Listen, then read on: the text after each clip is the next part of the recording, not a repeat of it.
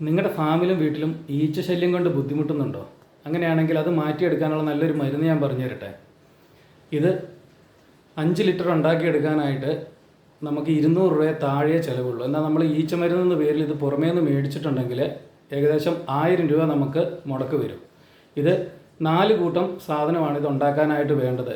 1 litre തേങ്ങാവെള്ളം, ഇനി തേങ്ങാവെള്ളം ഇല്ലെങ്കിൽ 500 കള്ളാണെങ്കിലും മതി. പിന്നെ 1 കിലോ പഞ്ചസാര, 10 ഡോളോ 650 തന്നെ വാങ്ങുക. പിന്നെ ഇതിനായിട്ട് മെയിനായിട്ട് വേണ്ടത് നമ്മുടെ ഈ വളക്കടകളിലൊക്കെ കിട്ടും, ടാറ്റ മാണിക്ക് എന്നാണ് ഇതിൻ്റെ പേര്.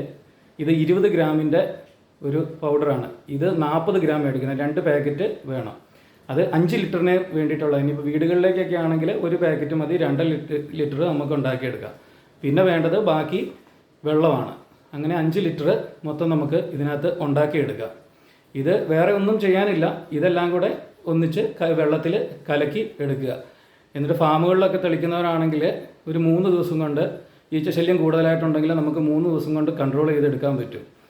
രാത്രി കയറേക്കൂടെ എല്ലാം ഇരിക്കുന്ന ഈച്ചകളെ നമ്മൾ അതിൽ സ്പ്രേ ചെയ്ത് കൊടുക്കുക. പിന്നെ ഫാമിൻ്റെ പുറത്ത് ഇവിടെ ഉള്ള ഷീറ്റയിലും ഒക്കെ അടിച്ചു കൊടുക്കുക.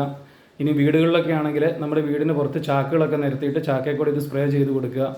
അങ്ങനെ ചെയ്തിട്ടുണ്ടെങ്കിൽ ഈച്ചകൾ അവിടെ വന്നിരുന്ന് ഈ മധുരമുള്ള വെള്ളം കുടിച്ചു കഴിയുമ്പം ചത്തുപോകും.